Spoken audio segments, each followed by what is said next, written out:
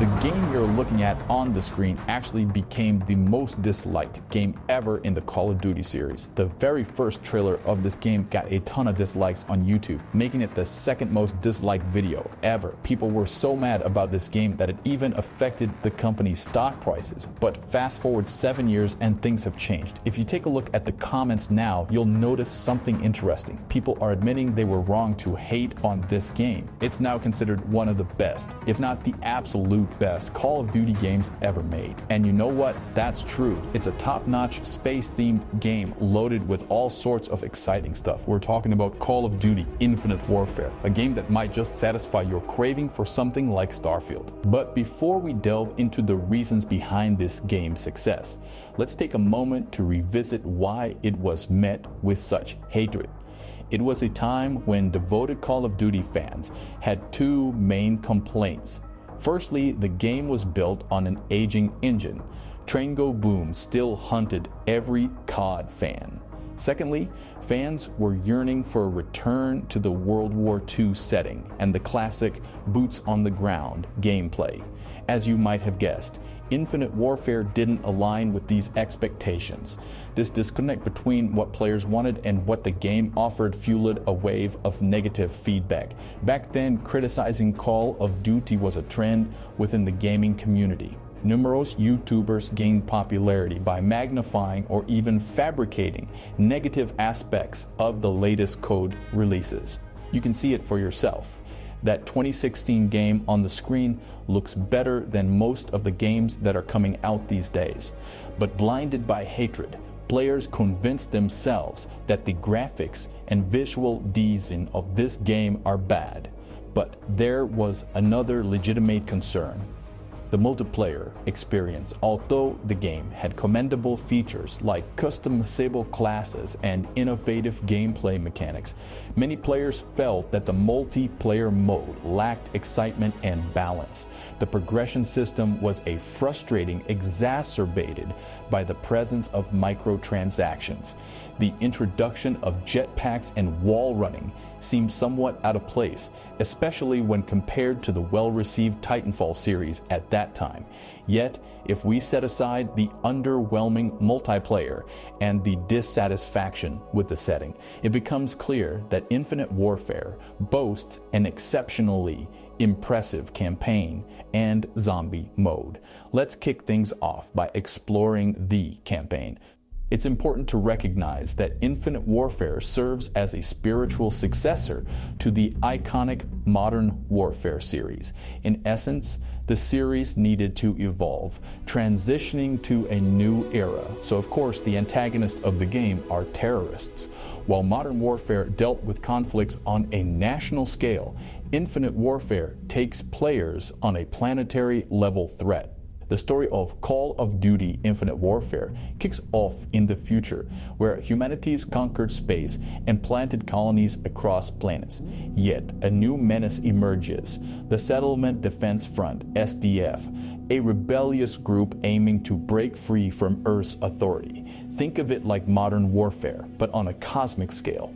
The adventure starts with the SDF assaulting Earth's orbital defenses. Captain Flint commands the Retribution carrier ship, treating us to jaw-dropping graphics and absolutely unreal post-processing effects that hold up even today. The devs pulled off real-time CGI wizardry, and as we advance, we'll learn about diverse movement abilities, weapons, and meet the bad guy, played by Hollywood's own Kit Harington, aka Game of Thrones star. Smart move by the devs, given the game's space theme. Infinite Warfare is about exploring the space, reliving the classic moments from movies and TV shows. So the main villain should not take all the story time. He acts more like a spark for action, and Kit Harington's presence amps up the anticipation for his scenes. Kudos to his acting too. If it were a lesser actor, the villain would have vanished into obscurity. But Kit, despite limited screen time, makes it work. In classic bad guy style, he starts by killing his own crew to show how cold-blooded he is. He then asks Conor McGregor to take out the main hero. The UFC champ unleashes a beating, as if you are a Jose Aldo, After the prologue, the real story begins. We're transported to Earth, Geneva, Switzerland. Clever move, as Geneva's known for its architecture. The Swiss respect their history, often restoring instead of wrecking it. That means in the future, not much would have changed. So we get familiar sights with a futuristic twist. It's a visual treat, but there's more to Geneva. It's where the Geneva Conventions were created. Rules for humane wartime conduct. They outline how to treat the wounded, handle prisoners, and respect the people under occupation. They're about lessening suffering and showing respect. So, despite the celebration and parade, the setting hints at rough times for Earth. If modern warfare was about country-level clashes, here, Earth's united against an immense threat. During an SDF parade, they strike, aiming to rule space. Enter Nick Reyes, the main character of the game. He and his squad battle to halt the assault amidst parade beauty and attack chaos. This level totally gives off those classic COD vibes, like those Normandy beach landings. The heroes gotta push forward, dodging the enemy's heavy fire. Everything's chaos, and there's no fancy high-tech gadgets because the attack caught you off guard. It's just you on your own 2 feet, making your way forward. Characters shine not just through words, but also through gameplay. This game brings together gameplay and story in an awesome way that might just surprise you. It's about weaving an immersive narrative that ties into the action. Here is the great example. The main character gets introduced to a new team member, Ethan, aka Ethan-64, an artificial intelligence robot whose consciousness was based on a farmer. Yes, essentially, this killing machine robot is a digital clone of some farmer from the past. He's there to assist the team in command and tactical analysis of military operations. In the Geneva level, he immediately helps the main character by teaching him how to hack similar robots like himself. Controlling them allows you to suddenly open fire on enemies or explode near them, adding depth to the gameplay. This prompts the immediate question: what if Ethan is used the same way? This is where the brilliance of the game's script shines through. The developers anticipated that you might think about it. Because of that, about 10 minutes later, we meet a character who doesn't trust robots, fearing they could be hacked. This creates tense relationships between him and Ethan. But guess what? Ethan goes above and beyond, even risking his digital life for the main character. That wipes out any doubts you might have about the robot, and the character development doesn't stop there. Throughout the game, these guys are talking, arguing, and forming opinions about each other. It's like watching relationships unfold in real time. Eventually, Ethan gains everyone's trust, and this is just a tiny piece of the game's grand story. But wait, there's more mind-blowing stuff. You won't believe it, but this Call of Duty actually has a hub, a massive spaceship field with characters, audio diaries, and dossiers scattered around. Reading and listening to all the info turns the NPCs from generic 3D models into unique personalities, adding depth to the world. Adding the main spaceship is a seriously smart move that ramps up the game's vibe big time. First off, who doesn't want to be the captain of Earth's flagship, right? Plus, the ship and all the cool stuff you can do on it makes you feel like a total badass captain. I mean, you're the one deciding what weapons to bring to the missions. And these missions, they're not your regular linear Call of Duty style. It's all about your choices, what missions you want to do and in which order. Or maybe you want to skip them. That freedom really makes you step into the shoes of the captain. And now that we're talking about the atmosphere, after a bit of a botched attack, Kit Harington and his crew decide to pull back, but the damage is done. The city's ablaze and lives are lost. The ship that lands in the main character's hands is banged up. Through art design, music, and dialogue, the game nails that feeling that humanity's teetering on the edge. This isn't about invincible heroes. It's about a fight for survival where the odds are real. As you progress, brace yourself for a roller coaster of emotions. Characters die when you least expect it, defying typical gaming tropes. Now let's talk about the levels.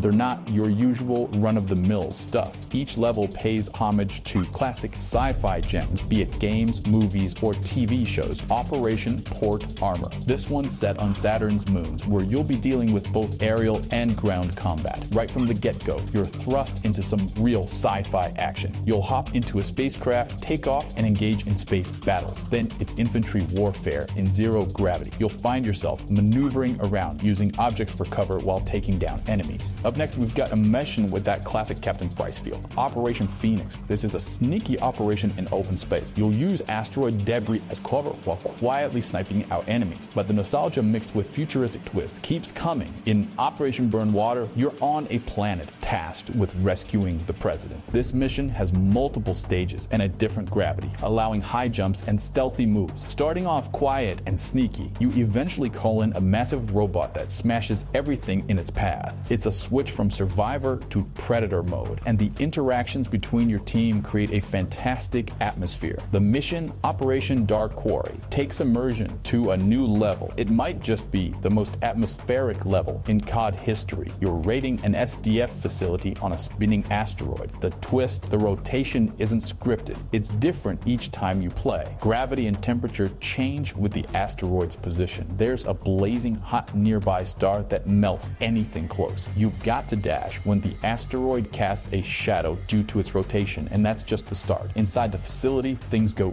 eerie. It turns into space horror. Think Alien Isolation. You'll see signs of battles, wrecked robots, and lifeless bodies. Due to the asteroid's rotation, light flickers on and off. You'll navigate through alternating darkness and atmospheric light, with music playing from radios. The visuals and sounds make this level top-notch in the series. It's not just the vibes. Gameplay in Infinite Warfare brings fresh mechanics. Slow door openings and manual door opening made their debut here, not in the Modern Warfare remake. It's not just for show either. New enemies come into play. Demented robots with a part zombie, part alien vibe. You don't just shoot them. Sometimes you'll have to leg it. And guess what? I've only covered a couple of levels. You can already see the variety not only in gameplay, but in the atmosphere affecting characters and plot. I won't spill the beans, but I'll tell you this. The ending of Infinite Warfare is a tearjerker. Trust me, it's got one of the most heartfelt endings in the series. It's the kind of ending that'll make even the toughest folks feel something. Wrapping up the story campaign, it's pretty clear that Infinite Warfare is a brilliant mix of all things space-related from the 80s and 90s. It's like they've taken these elements and woven them into a seamless, one-of-a-kind experience while still holding onto that classic boots-to-the-ground gameplay. But here's the cool part. You can switch things up, going from grounded action to jetpack flights, wall running, and futuristic weaponry. Even if you're not sold on all of that, the game plays freedom, and the choice to pick your levels should get you intrigued. And trust me, the real depth of Infinite Warfare shines not just in the campaign or multiplayer, but also in the zombie mode.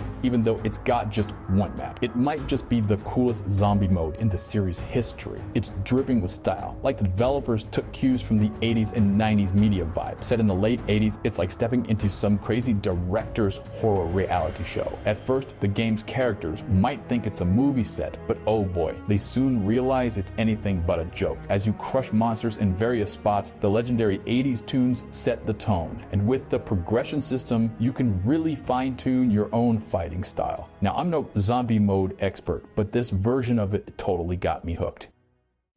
It's kind of amazing, really. The creators of the lowest point in Call of Duty history, Ghosts, managed to turn around and deliver one of the best, Infinite Warfare. And just a year later, another studio dropped a World War II Call of Duty. They're ticking off all the boxes fans asked for, but it turns out that might not be exactly what they needed. That game won't stick around and it'll fade fast. It's a bummer considering Infinite Warfare brings a captivating story, unique visuals, varied gameplay, and a bunch of modes. Yet it got the hate train rolling before it even got a fair shake. Here's the thing, what they didn't like about it is exactly what makes it stand out in the COD series, giving it that futuristic, spacey vibe. If you're itching for a space and can't wait for Starfield, get a shot at playing it. Infinite Warfare could be your ticket. Although a heads up, it runs smooth as butter on all platforms except PS5, where it might hiccup for a moment. No big deal in the campaign or zombie mode, but the multiplayer is unplayable. Let me know in the comments what you think of this game, and if your perspectives shifted over time.